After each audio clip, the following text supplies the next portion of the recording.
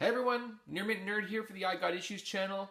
We're back today with just a good old-fashioned haul video. Nothing special, no themes, just kind of the accumulated books that I've collected over the past couple of weeks as I've been a little too busy to get them up individually. This is actually three kind of mini hauls that I'm putting together. Well, one's bigger and then two tiny hauls, kind of brought together as one.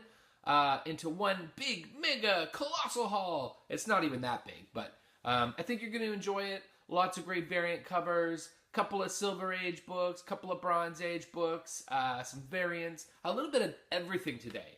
So, stick around, have some fun, grab some popcorn, get your good lady by your side or your good gentleman on the other side. I don't know, however you want to do it. We're going to have some fun, and I'm going to see you on the other side.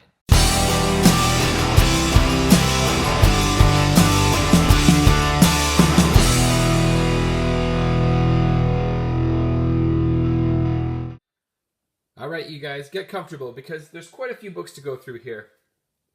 I'm going to start with some variants. I picked up a Captain Marvel #3 variant cover. Really love this Arthur Adams cover from 2013's incarnation of Captain Marvel. Really beautiful.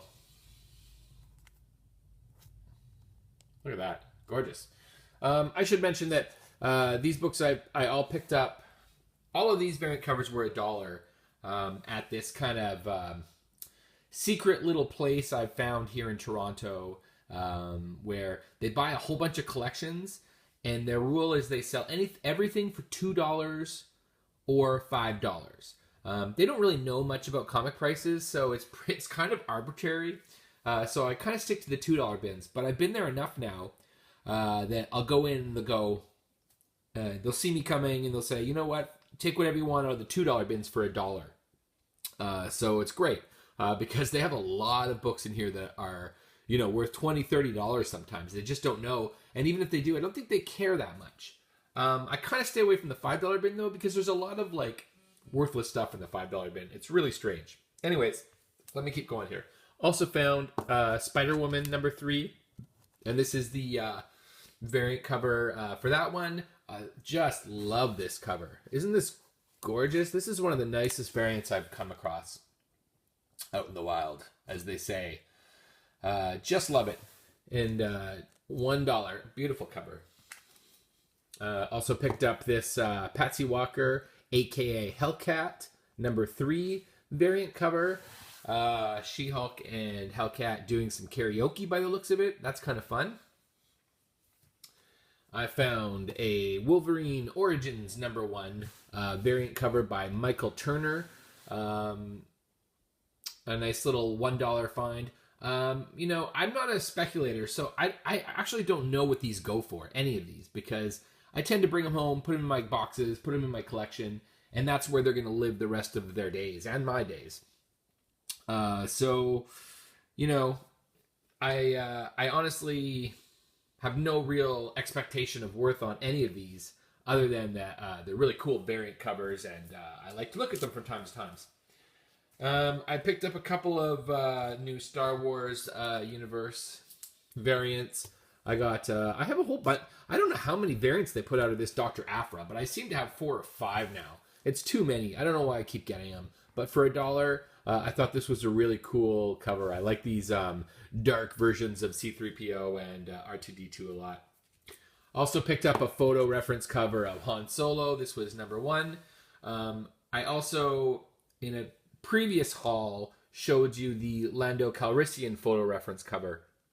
And I also have a Princess Leia photo reference cover. I may do something with these. I may if I find out how many of these things there are, like the actual photo reference covers, I may actually take them and get them specially framed as a full series, and then just hang it on my wall or something, because these are really cool. Let me take these down to make room for some new stuff. Also, these were all $1. Very recent. The shop got a very recent shipment from a new store, so made me very happy to see books that, if I bought these at my shop like a month ago, they would have cost me cover price plus $1. And I got these all for $1. So, gotta love that. So Steve Rogers, Captain America number 11. These are the Joe Jusko. I have a whole set of... I used to work at a comic store in Winnipeg in 1991 when I was about 20 years old. Wow, I just dated myself. And they also, not just comics, they had records and they had card sets. Card sets were huge in the early 90s. And Joe Jusko did a very famous set of cards. And these photos really are, or these paintings, sorry, really remind me of those. So it was nice to be able to grab a bunch of them. So I got that one. I got Guardians of the Galaxy number 17. Beautiful cover. Star-Lord, Groot, and Rocket Raccoon on that one. I got Deadpool number 26. And I like how these are all homage covers. Like he'll put After Medina, or this one says After Byrne and Kirby. So these are all based on kind of iconic image covers. Here's Nova number 3. Who's that? Who's that an homage to? Let's see. Can you read that? I don't have my glasses on. Oh man, that's hard to read. Let me see if I can do it off camera here. Nope, I can't read that one. You'll have to look that one up. Okay, so that's all the variants I got.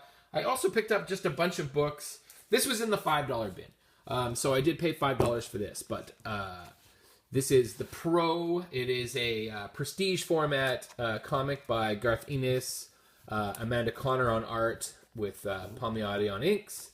And this has just been announced to be going into development as a feature film. So maybe seeing this at the movies at some point. This is a first printing. I already have this. Full disclosure, I do own this already. But I don't know where it is in my stacks, and I really wanted to read it again. So I actually was going to get it on Comixology just to give it a read, but then I came across it for $5 and thought, what the heck? I'm just going to get it again.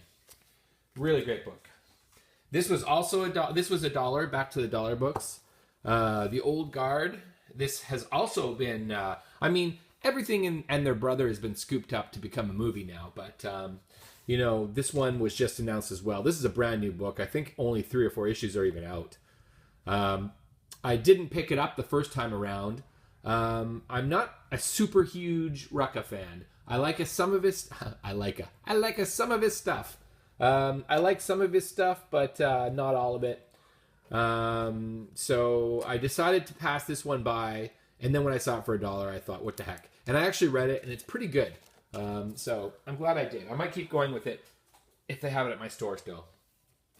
I picked up this one, Non-Player number 1. Don't know anything about this one. It just looked pretty cool. It was an Image number 1 from, I haven't looked at the year a while back. Nate Simpson. Don't know a lot about it, but, these Image number 1s seem to be, kind of trending upwards. I don't think this is super recent. I think this is a couple of years old. I'm not sure, though. I'll have to do a little research on this one. But great, cool cover. I love monsters. I love dinosaurs. This has some pixies or something here. It might be interesting. If anyone knows anything about this one, let me know. Looks kind of fun. I found a Elvira's House of Mystery, number 1. This is a 64-page Halloween special. Come in, we're dying to meet you. I like, Elvira did a couple of specials. I think she maybe did a Valentine's Day special or something as well. These are from 1986. And she had, after these specials, she also had a series that ran for a few issues. This one in particular caught my eye, not only because it's a number 1, because it's by my all-time favorite. Oh, guys, I want you to understand that I put this like this to show you the Brian Bolland signature. No other reason, I promise you. Yeah, so this is a Brian Bolland cover, and a beautiful one at that. Her real name is Cassandra something. I can't remember her last name, but obviously gorgeous woman. One of those late night horror movie television hosts. that were very in fashion in the 70s, early 80s. If you watch the movie Fright Night, Peter Vincent Vampire Killer is one of those. Is kind of based on that sort of job description. Also Gremlins 2 had like someone from, what was it? Was it the Addams Family? No, it was from the Munsters. It had Grandpa Munster playing a vampire host of one of these late night shows. Oh my god, I'm on such a tangent. Sorry, guys. Okay, so I also picked up Batgirl #1. This is an Adam Hughes cover. This was $1 as well. Gail Simone is the writer. I really like Gail Simone's writing, although in later years, I'm not loving it as much as I was back when she was doing like Agent X, and she had a little run on Wonder Woman, and she had like Welcome to Tranquility. Big Gail Simone fan. Birds of Prey as well, a very long run on Birds of Prey. Excellent run. Now I think she's doing some Tomb Raider stuff. I haven't kept up with her lately. I might have to revisit, because she used to also do an online kind of column for one of the comic websites that I really, really enjoyed years and years ago, probably about 15 years ago. Anyways, a beautiful Adam Hughes Batgirl cover. We're going to be seeing Joss Whedon perhaps bring Batgirl to the screen, so that's great. I don't think that's going to do much for that particular comic, but it's doing just fine on its own with that Adam Hughes variant. Oh, sorry, not a variant, just the regular cover. I picked up this amazing cover. I have the entire run of Wally West Flash. But when I saw this cover in the $1 bin, another Brian Bolland cover, beautiful, beautiful Leonard Snart as Captain Cold. Wow. This is a cover that I would send to CGC, not for the grading purposes, but to get one of their cases so I can hang it on my wall, because this is a gorgeous cover. Brian Bolland is just killing it with everything he does. Sadly, he's not doing nearly as much as he used to. He had a steady run on The Flash. He had a steady run on Animal Man. He had a steady run on one of the Batman titles, Gotham Knights, I believe. Steady run on Wonder Woman. Everyone's collecting the Adam Hughes Wonder Woman. Guys, go back a little bit further. Get those Brian Bolland Wonder Womans. They're absolutely gorgeous. I want to see some of those in your videos. I'm going to show you mine soon. All right. Also picked up Our Worlds at War with the Harley Quinn #1. I think this completes my run of this Harley Quinn series, because this was during their Carl Kessel... was Amanda Conner on that one? I think so. Carl Kessel written books. Or Terry Dodson. Yeah, Terry Dodson. Sorry, not Amanda Conner. So Our Worlds at War. This was a company-wide event that was actually pretty good. I would recommend kind of tracking down all these specials and giving it a read, because, it was pretty excellent. This one's a lot of fun because it's basically Harley Quinn teaming up with Jimmy Olsen. It's Jimmy Olsen's pal, Harley Quinn. I actually quite like this story a lot. I might have to find these. Maybe I'll do a special haul video if I can find them out in the wild, and do a themed haul of all the Our Worlds at War books, because there's some great covers in there, some great issues. Also got this one for $1, Deadpool, with a Playboy bunny or something there on the cover. This is during the Gail Simone years.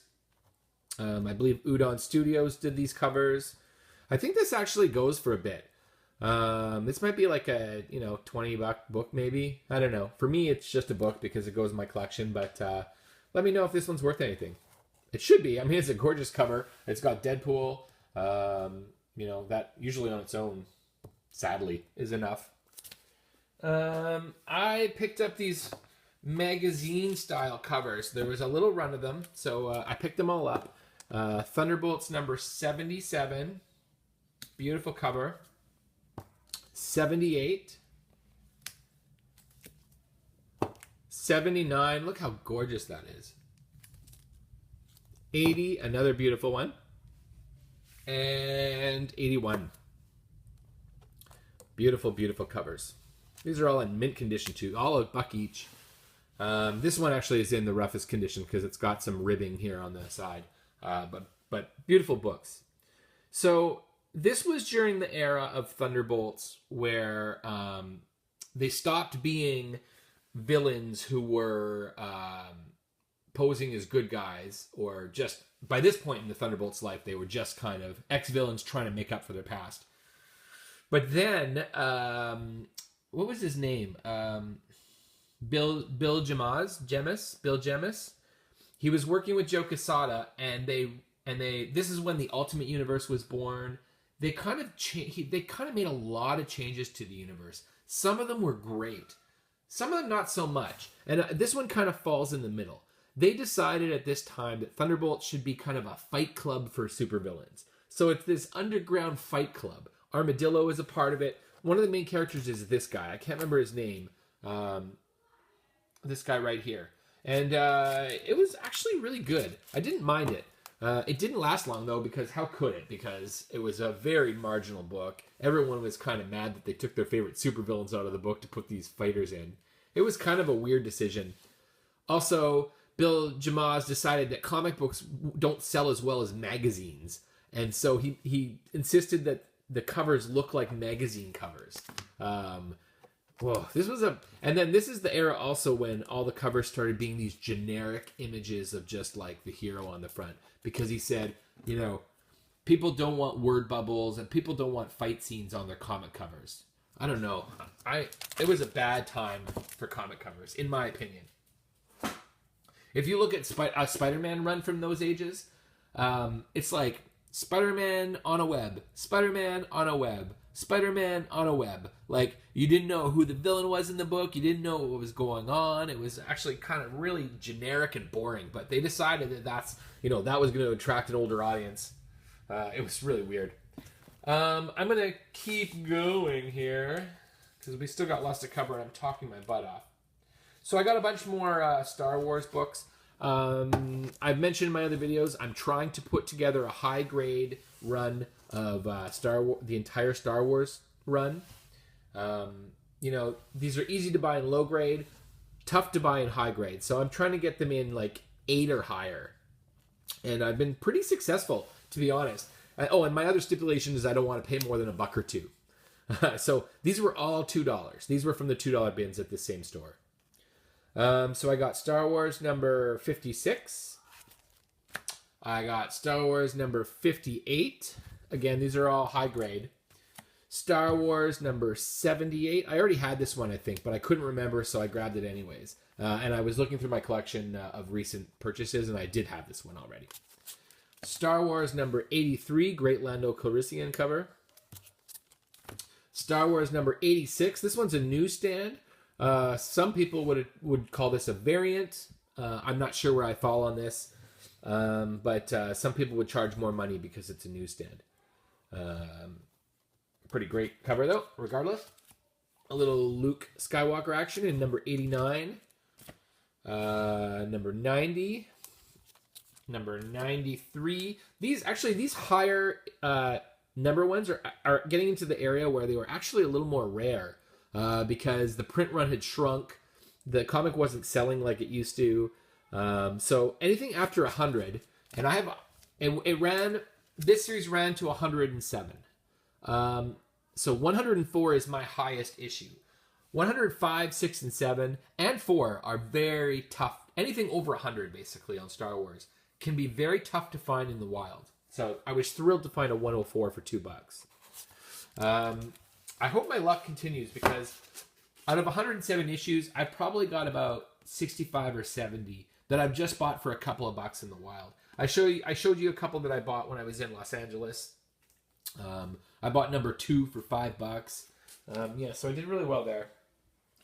All right, what do we got next here? So I'm just going to go through these quickly. I have a gem here, a gem that I got for $5. I can't wait to show you that one.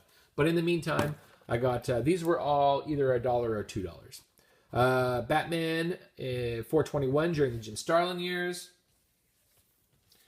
Action Comics, Superman, starring in Action Comics number 583. This is Alan Moore story and Kurt Swan. So just the pedigree of the creative team on this one is worth the $1 or $2 I paid for it for sure. I believe this was the era of Action Comics. This may have been the last issue before Action Comics went weekly and started doing like it was more of, they had four different pieces. There was a Wild Dog piece, a Green Lantern piece, I think. So it was more of a weekly anthology book after this for a while. Obviously, that changed course again and became a Superman book again. But I believe that this was the last issue before it went weekly. I got a couple of Green Lantern books. I got Green Lantern. These were all $2. I got Green Lantern $1.99. Nothing too special there. I got Green Lantern 161, an early Omega Man issue. Omega Man is just a team that never really kind of took off. They've tried over the years to get some interest in them. It's basically, DC's Guardians of the Galaxy, but without the luck, without a feature film, without a huge blockbuster film like Guardians of the Galaxy has. But I would equate Omega Man to Guardians of the Galaxy. Famously, Omega Man is the title where Lobo first debuted. I believe issue number 3 of that. Also found this little gem for $2. Not in great condition.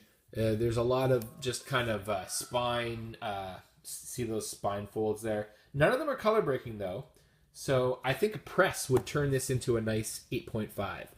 And this is the first appearance of Kilowog, which probably doesn't mean a lot to anybody who doesn't read Green Lantern, but he's a very cool character, and this is a key book because of his first appearance. I believe it's also the first appearance of some of these other lanterns. Here's Chip, the little squirrel Green Lantern.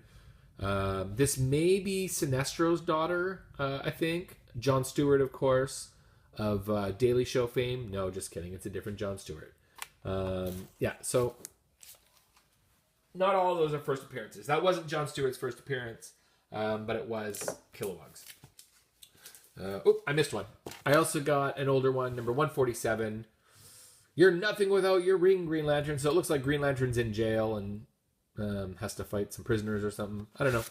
$2. Can't wait to read it. I got this nice little book. DC Comics Presents Superman and Shazam. DC Comics Presents was Superman's team-up title. It's kind of like Marvel Team-Up, but for DC. So Superman was always in it, and then whoever he was with always changed. So this is a nice little Black Adam appearance. Black Adam, of course, is going to be a movie eventually, starring The Rock himself, Mr. Dwayne Johnson. But what movie isn't he in these days? He seems to be all over the place. Got a big movie coming out next week with Fast and the Furious. He's got the Jumanji sequel / remake, reboot coming out at Christmas. That guy's just all over the place. I don't mind, though. He's a charming, fun guy. All right. I got a couple of GI Combats. Whenever I see war books that are like oversized, 40, these are like 40 to 48 pages. Beautiful Joe Kubert covers, one of my favorite cover artists. I grab them. I have to, especially when they're $1 like these were. So that's $2.69, $2.66. These were already all pretty high grade as well. $2.37 is the oldest one I got. They usually are anthology books. They have some Sergeant Rock and they have some Haunted Tank, maybe The Losers. This one has a ninja, so that is worth an extra $1 right there. Anyways, these are just fun, great, sitting on the dock at the cottage reading comics. Picked up this one, Time Warp number 1. This actually has a little bit of value if you go by the Overstreet guide. It guides for about $20. I don't think anyone should ever pay $20 for this book. I got it for $1, and I wasn't even that excited to find it for $1. But again, it's an anthology book. It's got 8 stories in it, and who doesn't want 8 stories? That's what. Oh my gosh, I'm going to show my terribleness at math. That's about 12 cents a story, 13 cents a story. So that's not bad for $1. And then I got this as a $5 comic, guys. I got the New Teen Titans number 2. You may recognize it. The place I got this at certainly didn't, but most of you will recognize it as the very first appearance of Deathstroke the Terminator. Luckily, he was back here in the shadows, And so maybe the shop didn't realize he was in the issue. Although this guy kind of looks like him. So there you go.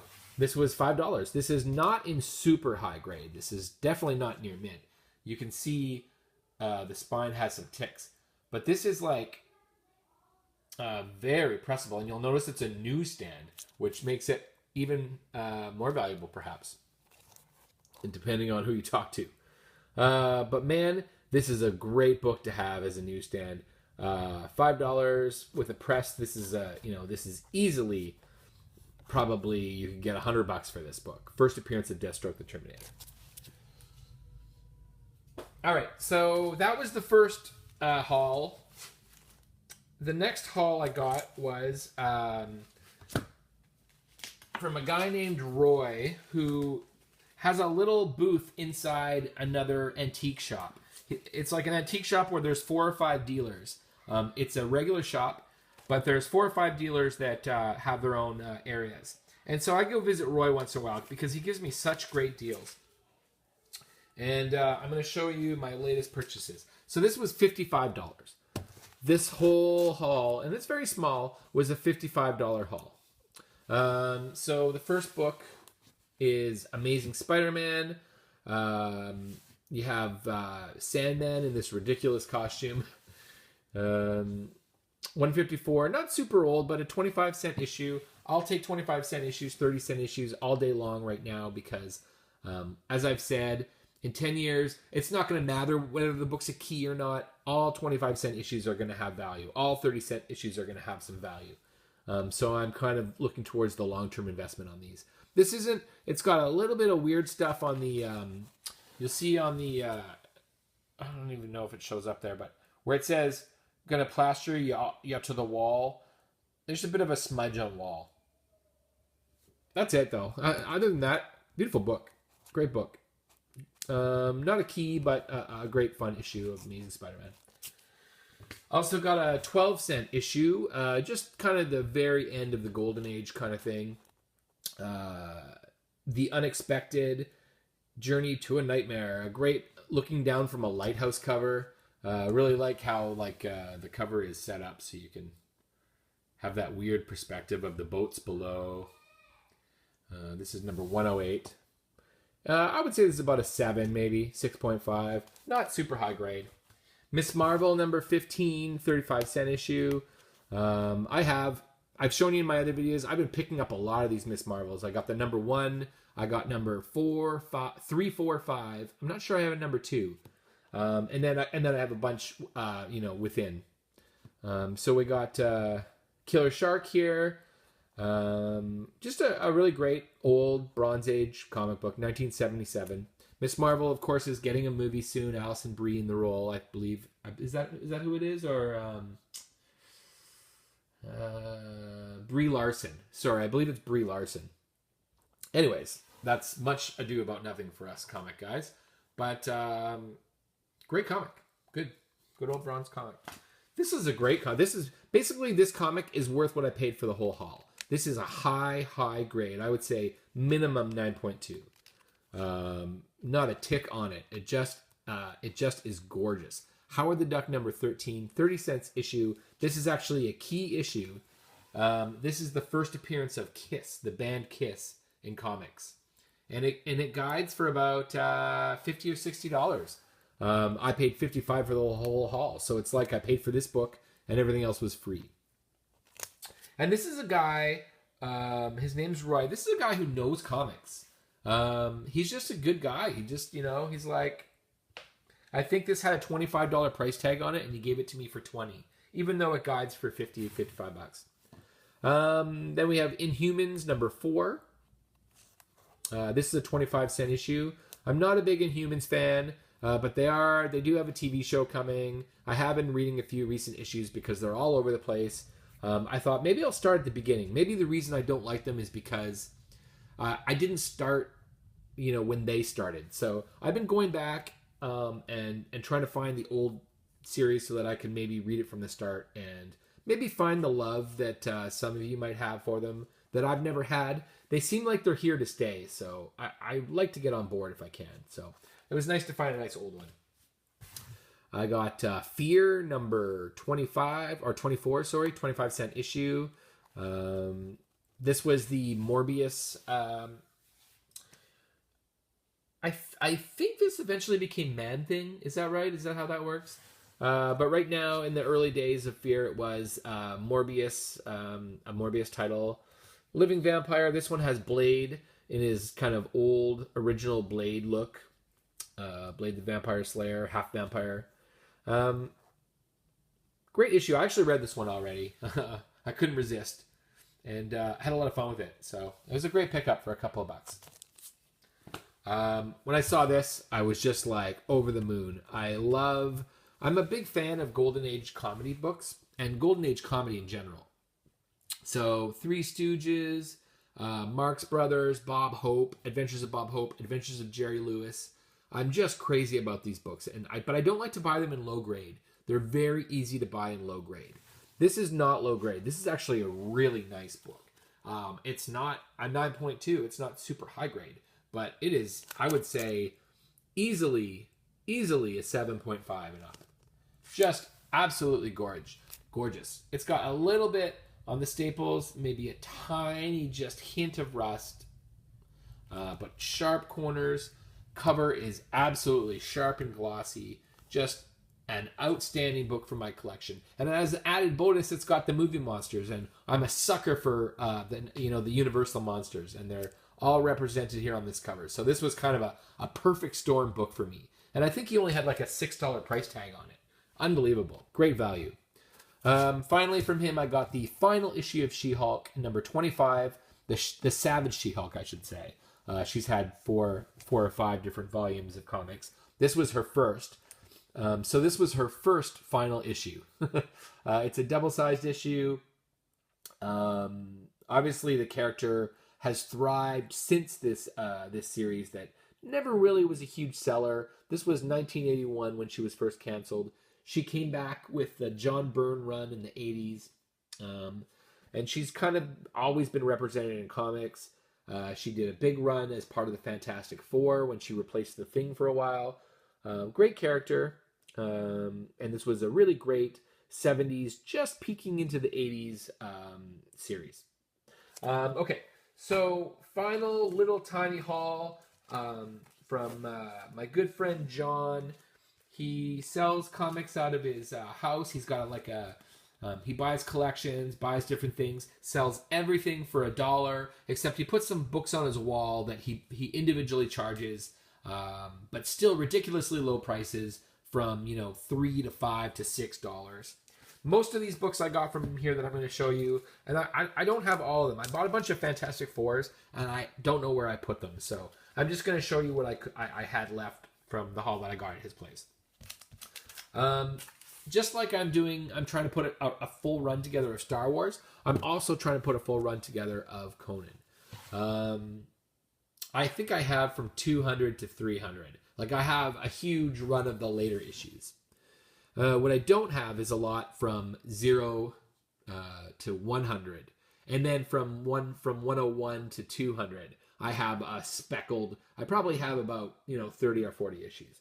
So I got to fill in some blanks here. So we got Conan number 154. These were all $1. I used to love these Assistant Editors Month books. They were usually kind of funny books, but I'm not sure this one was funny. Then again, I haven't read it. Just, the covers used to be kind of funny too, and this one doesn't really, this isn't a laugh-a-minute cover or anything, so maybe it's just a standard issue with the Assistant Editors Month stamp on it. Also picked up 150. Beautiful, beautiful cover. Look at this thing. Oh, that's just gorgeous. Man. Love me some old Conan. Also got 139. A Medusa cover. Very cool. And then I got a nice old one. 35-cent issue. Also $1. Claws of the Cave Creature. Number 95. So I get to add this to my under 100 issue run, which is sadly lacking. And happy to have it. I'm looking for a high quality number 1. I'm willing to pay a little bit of money for that. I may even get a CGC 9.8 of that. I'm not sure. I talk a big game. This one was also $1. The Defenders number 81. Hulk as a Christ figure, apparently, up on the pseudo space crucifix. It looks more like a star, I guess, as Doctor Strange and Namor look on in shock and horror. Great 40-cent issue. Then I got some of these Weird Worlds. I'm just putting them in quick order. So I got number 2. These are 20-cent comics. Beautiful older issues. I think these were all $3 or $4 on John's wall. Happy to pay that. Happy. I really love the Edgar Rice Burroughs stuff. So Tarzan, John Carter, anything kind of Edgar Rice Burroughs would be put into this light anthology series. I say light anthology because I think there's only 2 or 3 features, that ran through it. So this was number 2. Also got number 3. These were all, like I said, a couple of bucks. And number 4. I don't think these guide for too much. They probably guide for like 10, 12 bucks, something like that. But great reads. Great reads. Almost done, guys. 2 more books. So we got Tomb of Dracula, number 16, guys. I'm trying to put together a run of Tomb of Dracula. This is the hardest. These are old comics. And when I say put together a run, I mean try to find it for cheap. I believe that John sold me this one for maybe $5. It's number 16. I have number 1 in a CGC grade of 8. I would love to get a 9.2 on that. This was a long-running series. I have maybe 20 issues of it. It is a slog to find these issues. Great gravestone cover. I love... I'm going to do a haul video, I think, of all the gravestone covers I've been finding.